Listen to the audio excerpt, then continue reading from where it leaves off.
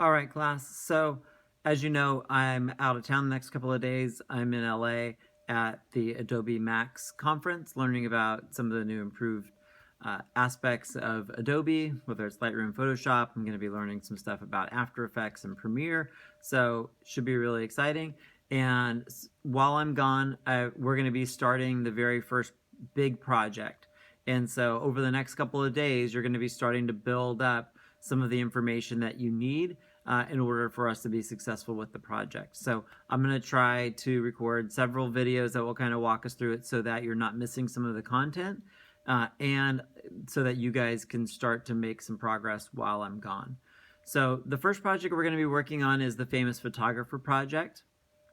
And the basic idea of the project is what we're going to be doing is learning about a little bit about a history of photography. We're going to study some very specific photographers. You're going to be actually eventually choosing your favorite photographer out of all the ones that we're introduced to.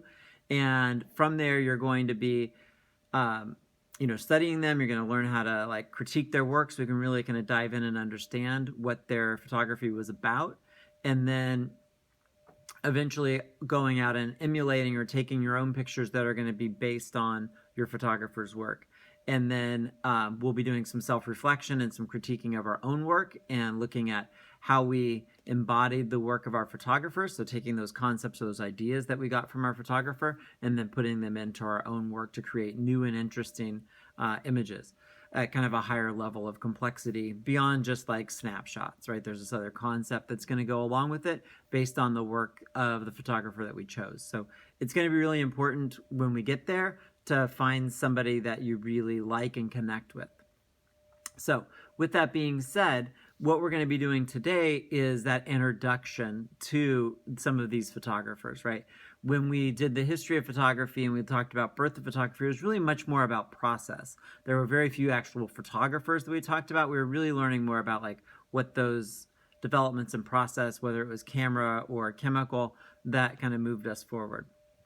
But in this case, we're going to be looking at very specific famous photographers and looking at kind of the differences between them and just really deciding aesthetically who am I most attracted to their work, and from there using that kind of as the genesis for the project. So the way that we're going to approach today is through this concept that I came up with, which was art doesn't exist in a vacuum.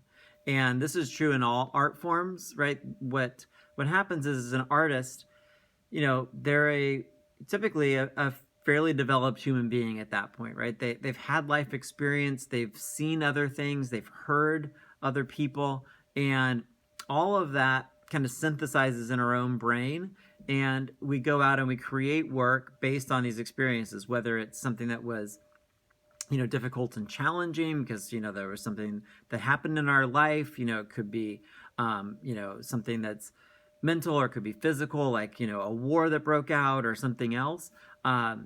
It might be artwork that we've seen, it might be music that we've heard, it might be, in our case, movies that we've watched, it could be comic books that we read or books. All of these things kind of inform this background of who we are and who we become as artists. And all of that information in some way kind of comes out through that artwork. And that's why that the art doesn't exist in a vacuum, right? It's not that we just all of a sudden come up with this idea that nobody's ever heard or seen before, and I've never seen any art, and all of a sudden I just started painting, or I started chiseling a slab of marble, and it became David. Like, that's just not how it works, right? People study under other artists, they apprentice, they see work on YouTube, and then they go out, or they see something they love on Instagram and they emulate it, right? These people aren't coming up with all these ideas all on their own. So what we're going to do is we're going to kind of do this parallel discovery. We're going to be using music as a muse, and we're going to look at American music, right? So starting from the earliest recorded music, which would be about the 1920s, and we're going to kind of watch this progression of music and how one style kind of inspires the next style, which inspires the next style. And while we're doing that and we're listening to those artists, and we'll talk a little bit about them as we go along, we'll also be paralleling kind of photography. And the same thing kind of happens. There's parallels that happen between cultural shifts and things that happen in culture that's also going to change music, but it's also going to change photography at the same time. And so we're going to kind of look at those two things kind of simultaneously. Your focus is going to be kind of looking at and discovering these photographers, and while you're doing that, you're going to be creating basically an inspiration gallery of the photographers that you really like.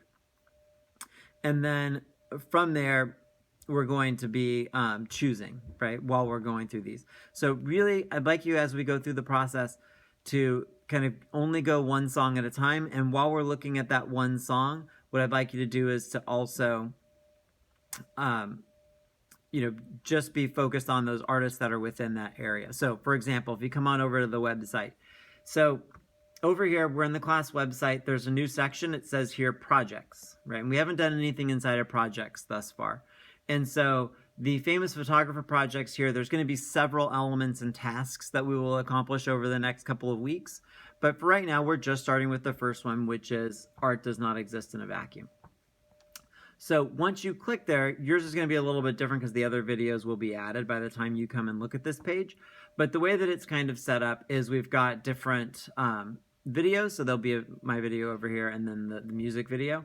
And then below here, we've got, a list of photographers. So our first one here is early photographers. So while we're listening to the Carter family, which we'll talk about in a few minutes, we will then watch, or, you'll go in and start looking at these photographers. So the easiest thing is just, like you could just highlight this and then you could copy it. And then in a separate tab, go ahead and just paste and look at images. And so Juliet Margaret Cameron was an early photographer. We saw some of her work a long time ago with the portrait of Sir John Herschel. So if you remember this, he was the guy that invented the cyanotype. She was friends with him. And so as you go through, you're going to, go through here and look at these images. You may love them. You may hate them. That's kind of up to you. But what I want you to do is find images that you like, right? And things that are intriguing to you and something that you might want to explore. So if you're like, oh, I love these soft focus portraits and the light's really soft, look at this beautiful like loop lighting or whatever it is.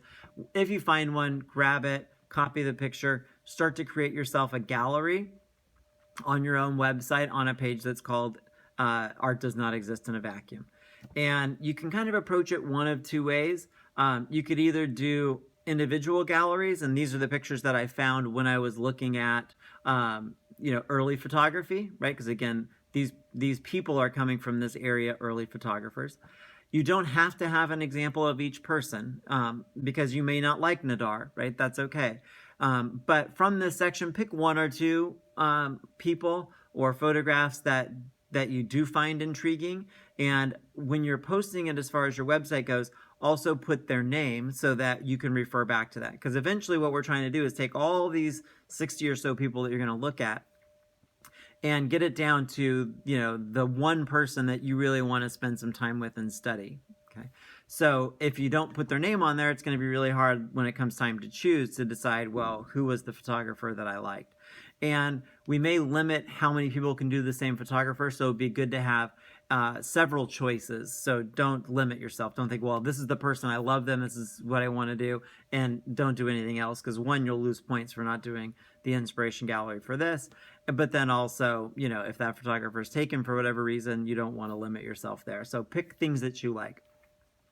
So once we're done listening to that first song, then there'll be a little thing that talks about who Leadbelly is. We'll talk about kind of his connection. And then while you're listening to those, then look at these photographers and go one by one, kind of looking through there. Most of these songs are, 3 minutes or so. So you've got plenty of time. You should be able to search those photographers. I mean, these are people with large bodies of work. So, dig in there a little bit deeper. You should be able to spend more than 30 seconds looking at those photographers.